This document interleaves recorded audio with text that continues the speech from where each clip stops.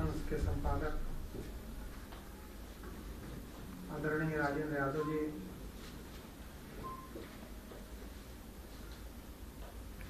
ग्रामीण भारत को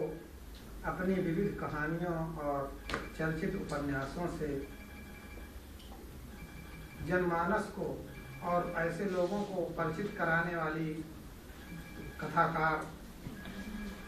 मैत्रेयी जी, जिनकी रचनाओं से जो गांव को नहीं जानता वह भी गांव को अंदर और बाहर से जान सकता है।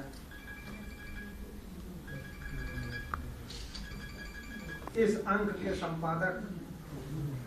आदरणीय संजीव जी,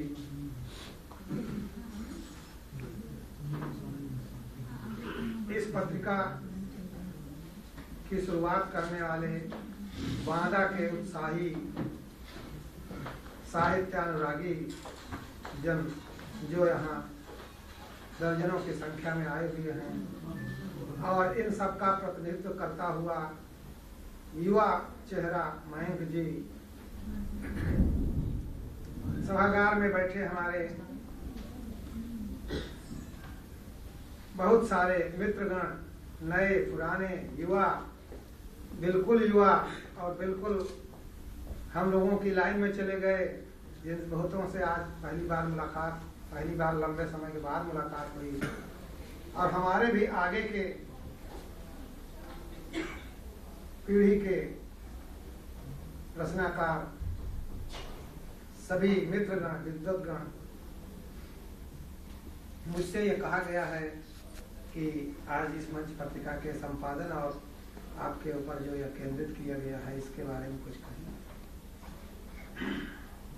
मुझको तो ये लगता है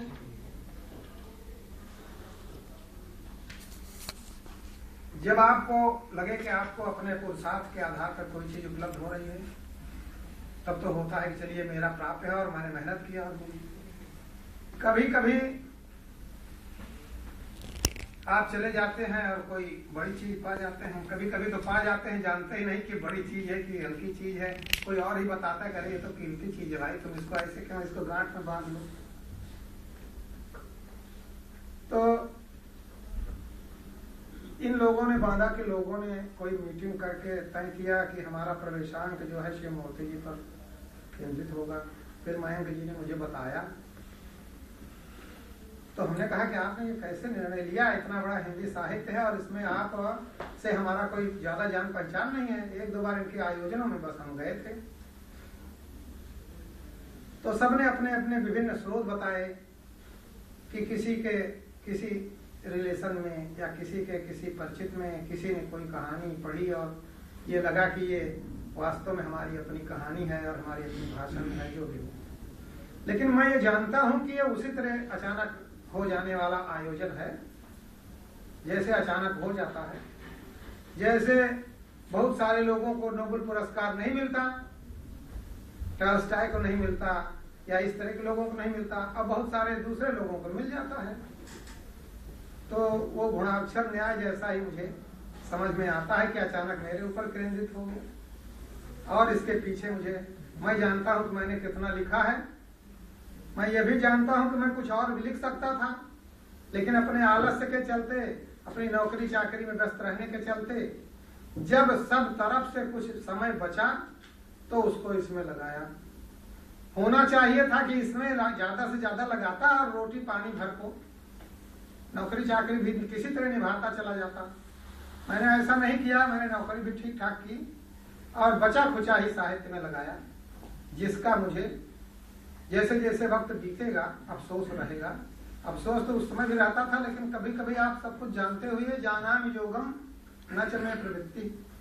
अजानामि भोगम न च मे निवृत्ति। जानता हूं कि भोग के बड़े नुकसान हैं, लेकिन यार छूटती नहीं है ये। ऐसे योग के बड़े फायदे हैं, लेकिन सांस अंदर बाहर करना, यह वो वाला योग जो ऋषि मुनि करते थे, नहीं कर पाते। फायदा तो बहुत है, तो इस फायदा नुकसान के गणित में अब उधर वाला हिस्सा छूट गया। हम ये भी नहीं कह सकते हमने इस्तीफा देके साहित्य सेवा के लिए कमर कसी, ऐसा भी कुछ नहीं, आखिरी दिन तक नौकरी किया है। लेकिन अब ये जरूर है, ये मानते हैं कि बहुत कम लिखा है। अगर इतना बहुत कम लिखने से आप लोगों का, पाठकों का इतना स्नेह मुझे मिला है, तो मैं पूरे मनोयोग से और पूरे समय को लगा करके अगर करता तो जाहिर है कि मुझे और भी आप लोगों की ओर से कुछ और मिलता। इसके संकेत हमारे जिनका मैं प्रिय रहा हूँ, मेरा लेखन जिन्हें प्रिय रहा है, ऐसे आचार्यगण, ऐसे आलोचकगण, ऐसे विद्वान जनों ने कभी सीधे सीधे और कभी प्रकारांतर से कहा है कि गड़ही में तैरने से कुछ नहीं मिलने वाला है, समुद्र में छलांग लगाने की हिम्मत करिए। ये भी कहा है, श्रीलाल जी पहले कहा करते थे जब मैं 40 का नहीं हुआ था कि 40 के बाद कोई बहुत ऊंची चीज नहीं लिख पाया है शिव मूर्ति, और नौकरी तो घिसटते पिटते भी 60 तक ही जाएगी, और बहुत मेहनत करोगे तो भी 62 में नहीं जा पाओगे, 61वें दिन ही निकाल दिए जाओगे। और अब जब अभी हम लोग श्रीलाल जी के यहाँ थे, अब उठ बैठ लेटे रहते हैं, बहुत कम बैठ पाते हैं, बहुत कम बोल पाते हैं, तो कहा उन्होंने अभी आखिरी बार हम लोग कथाक्रम के आयोजन में पुरस्कार के सिलसिले में उनके पास हम लोग बैठे थे किसको दिया जाए, तो भी उन्होंने कहा गंवा तो दिया तुमने सब कुछ, बहुत कुछ गंवा दिया, लेकिन सब कुछ अभी नहीं गंवाए हो, क्योंकि हाथ पैर चल रहे हैं। अभी मेरी कंडीशन में आने में तुम्हारे पास 10-20 साल बचा है। इस हमारी स्थिति में आने के बाद जो पश्चाताप तुम्हें करना होगा, तुम उससे अभी भी बच सकते हो। तो मुझे ये लगा तो बहुत बार, लेकिन हर बार जैसे उन्होंने लिखा है कि फर्स्ट गियर टॉप गियर में गाड़ी डालते हैं, लेकिन फिर वो न्यूट्रल में हो जाती है। तो मैंने भी कई बार कमर कसा कि अब कल से ही सुबह रोज नित्य प्रति लिखा करेंगे, लेकिन वो सुबह जब आती है तो कभी रजाई की गर्मी, कभी और कोई कारणों से नहीं उठ पाते। इस मौके पर आज हम फिर कमर कस रहे हैं, यह मानते हुए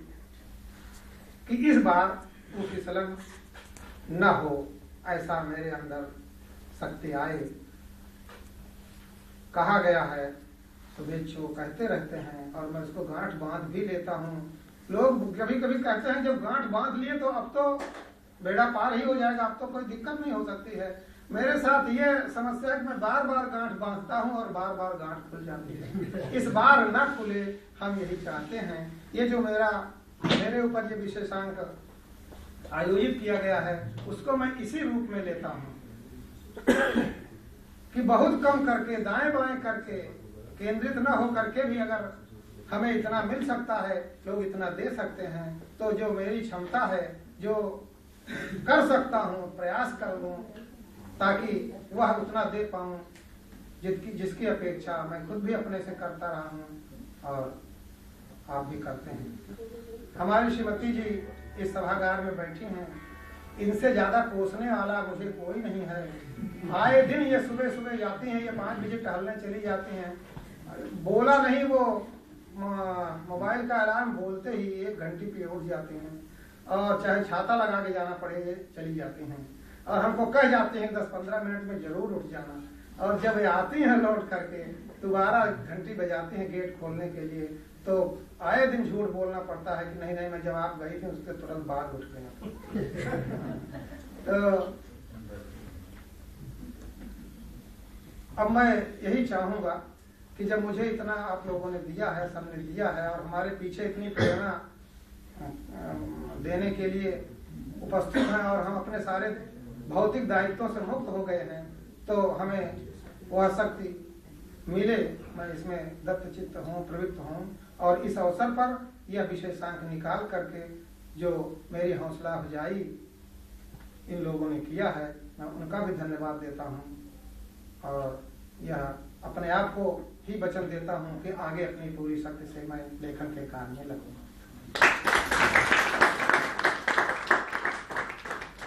धन्यवाद।